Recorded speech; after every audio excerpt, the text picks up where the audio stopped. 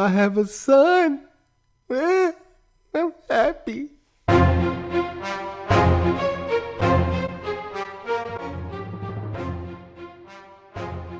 Hey, what's good, comic fans? This is Confire Comics, and we're here to talk about the mid-season finale of The Flash. You're here with Confire Rich. And I'm Confire Nate, and I'm going to tell you right now, if Trickster gives me a gift, I'm not opening it. Just saying, I'm not going to open that gift, dude. Heck no. Richie, what you think of this episode? I thought it was a suitable episode for The Flash. It was pretty lighthearted. For the most part, it was kind of light. I mean, I say lighthearted. I saw the preview for The Arrow, which is the flat opposite of this. This is about Christmas, and it kind of wrapped everything up nicely, right? You basically you open it up with Mr. Cole, the weatherman dude, and the Trickster getting broke out of prison, and they're... Well, wait.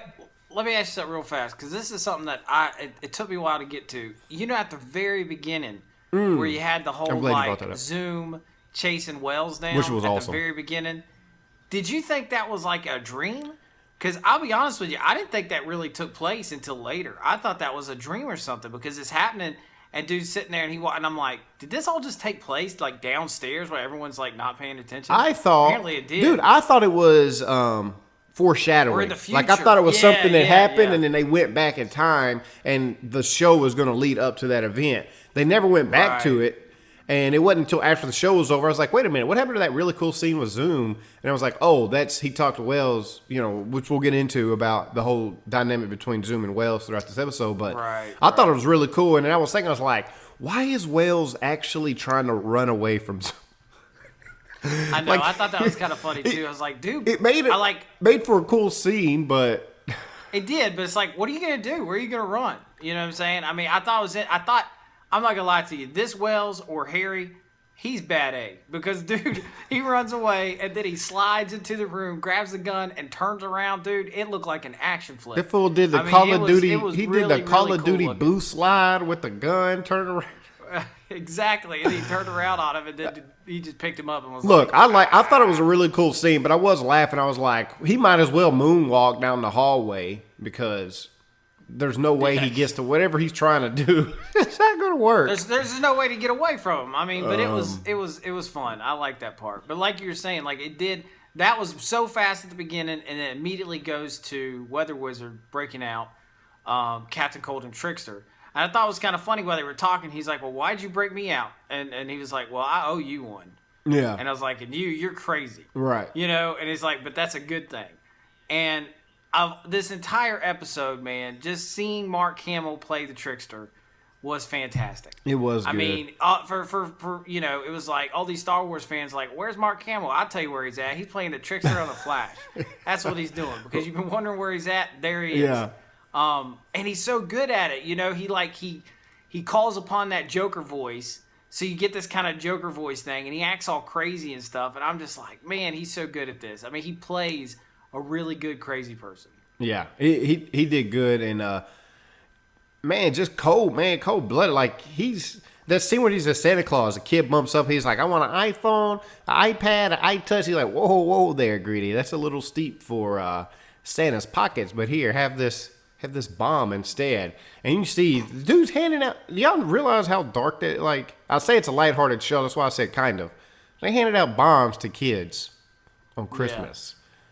And I was like, man, that's pretty hard. I wasn't sure what was going on with that. Like, they did a good job of playing to a point where they actually had a plan to beat Flash. It wasn't necessarily to compete with his abilities. It was to take advantage of the fact that he's morally a good person, and put him in a bad situation. And I actually thought that was interesting, because I don't think we've seen that on The Flash. I don't think we've seen a moment where, besides like, hey, I got this one person, what are you going to do kind of situation. This was literally like, hey, we're going to blow up a bunch of people unless we can kill you. Mm-hmm. And I like that. I like that working together, because a lot of times beating these superheroes is never going to be, you're never going to compete with their powers. Right. You have to get them at a more emotional level to be actually, to take them on. You got to bring them down. Like, here, basically relinquish your power so we can kill you, or we're going to blow up a bunch of kids. You know right, what exactly. you know what it was going to do. But it was cool seeing that. It was a nice mix to everything else that was going on, right? Because you also had Iris, which we haven't gotten a lot of Iris at all, like hardly any. Like she was almost the main focal point of season 1, and she's a backdrop in this one, if that. And so she kind of comes to light a little bit. She was around a lot in like the first few episodes, and then because they was dealing with her mom, reveal, which right, and then when that reveal about her having a brother, after that moment, it was like she's literally like showing up when there's something going on, like, hey, can I help? Yeah, and that's it. Yeah, and you didn't see her for a while, and I'm not saying that's a bad thing. Yeah, because sometimes you can overdo any character. You don't want over the top. Everything they've done so far has just been like they've needed it for the story, and you know what? She just wasn't needed for the story.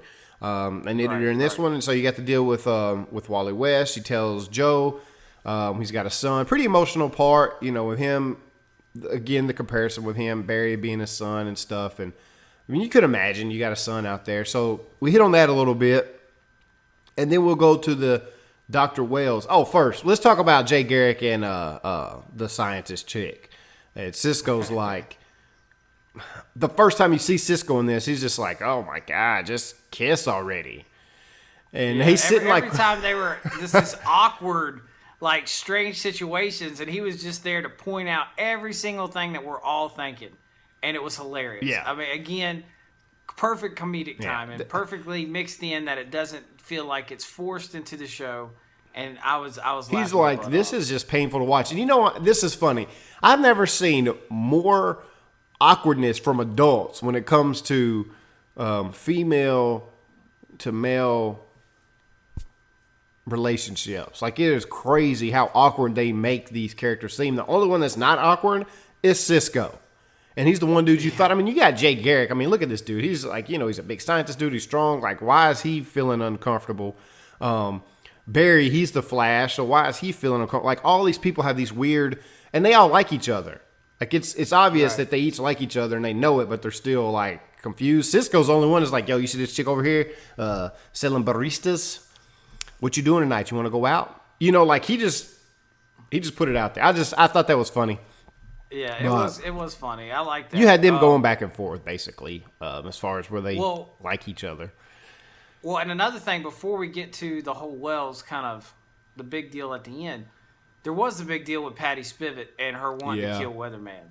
Like, she wanted to, apparently, they mentioned it before, back before he got his powers, he killed her father at a bank, and she went completely rogue, went out like she was going to take him out, and I like that scene where she shows up with that gun, shoots the Flash, locks him down. I was like, oh, wow. I was like, that I thought that was interesting. I was like, where did they get that motherfucking gun at? But anyway. Well, it was, because they're part of the metahuman task force. They got to have some kind of special metahuman weapons. So they used it on him, which I thought was interesting. Then turn around and she's like, I'm going to kill this guy. And he talked her out of it, but I mean, it was, dude, I thought she was going to do it. Even after he gave the speech and they cut back to her, I was like, she's about to pull the trigger. Like, it gave that sense like she was about to blow this dude's head off. That's too dark. I really thought she was going to do it. It's too dark for the Flash. If that would have been the Arrow, dude getting shot. That's the difference. If this is the Arrow, that dude on the ground is shot. But in this show, it's not. It always kind of comes around to somewhat of a happy ending. So she called him. They need to use that gun on the Zoom, by the way. They got a gun that stops somebody, the Flash. Yeah, I know. I was thinking about that too. I was like, man, use it on Zoom. Would that work on Zoom? And kill him. If we can get him like to stay still for a few minutes. Hit him with two, one on each leg. Yeah. I mean, dude needs more than one. Hit him with two, and then hit him one around the waist. I mean, lock that. If nothing else, is at least got to slow him down to where Barry can handle him. But anyway, that's not what this is about. I just thought it was interesting. They had that weapon, and they haven't used it on Zoom yet. But that was a good story, and along with that, the Flash can fly basically because he was using his arms to like propel right up in the air, which I thought was pretty cool. But moving on to Wells and Zoom, going back to that first scene, we really didn't know what was happening with that. And Zoom keeps popping in, and I'm like, "What's the deal?" He was like, he wants Barry, he wants to help him kill Barry. And I've wondered this. Like, he keeps sending metahumans through, and he's obviously 1,000 times stronger. He already beat the Flash to a pulp already. And they kind of reveal it you know, because you're just wondering why he don't just come over here and take care of the Flash. If he wants to kill him, nobody can stop him. Why don't he just come over here and handle business? Wells says you want him to build up so you can take more of his Speed Force. So that makes sense. And it kind of excites me, even though we're going to rehash a similar storyline that we had in season 1 where Wells helps Barry get faster. But instead of Reverse Flash taking his powers, it's Zoom wanting to take his powers. But well, Reverse Flash didn't want to take his powers. Zoom wants to actually take him from him. What's the name needed him to get home. Like, it's kind of different in a really small way, but at the same time, you're right. It both boils down to them trying to make him faster. What's that going to mean? I mean, I like the way he compares to, you just want me to fatten him up like a stuffed turkey, you know, for, you know. Yeah, I get that. That's a good analogy. You know, that's interesting. But my thing is, how in the world, I mean, I don't know. There's so much about this that I'm really excited about that just throwing these questions out aren't going to make a whole lot of sense. But the one question I have, and I'm really wanting to know what people think about this, is how much of a part will Wally West play in the rest of the season? Now, is he going to be a big deal? We all know, if you don't know, spoiler alert, Wally West in the comics is the Flash. Now, there's 3 Flashes throughout the comics. You have Jay Garrick, you have Barry Allen, and then you have Wally West. So, will Wally West play a part in the actual story of the Flash, or will he just be a backdrop between Iris and Joe, and then eventually have, you know, a purpose down the road? But will he play an important part in the whole Zoom situation? That's what I want to know.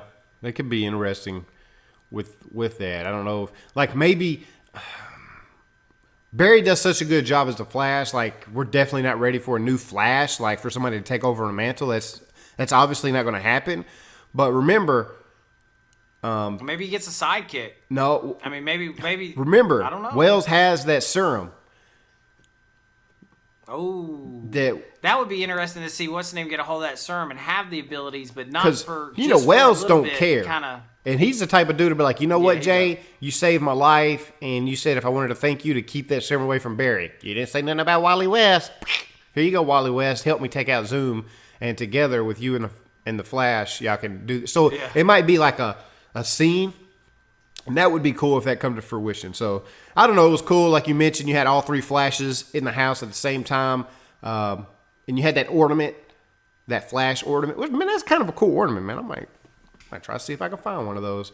I want one of those. It looked nice, but they put it up, and right then Wally West comes in. So I don't know. Pretty good episode. It was a nice wrap up for mid-season finale. It's not going to be anything as grand as what you're going to get from Arrow or as dark. I mean, like, you know, a lot of mid-season finales like to leave you hanging on the end. This wrapped everything up. Hey, here's Wally West, and, you know, Merry Christmas, everybody, basically is what this show is saying. So I enjoyed it. I liked it. That's our episode for today. Like, comment, subscribe, all the normal stuff, people. Let us know what you think. What kind of role is Wally West going to play in this universe? Do you think he's going to get the Speed Force at some point and help the Flash take on Zoom? Until next time, we out. See ya. Hey, if you're still sticking around, then thank you for watching. That means you like us and we like you. So do us a little favor here and click that subscribe button over there so you don't miss any of our videos, because we dropping videos pretty much daily, okay?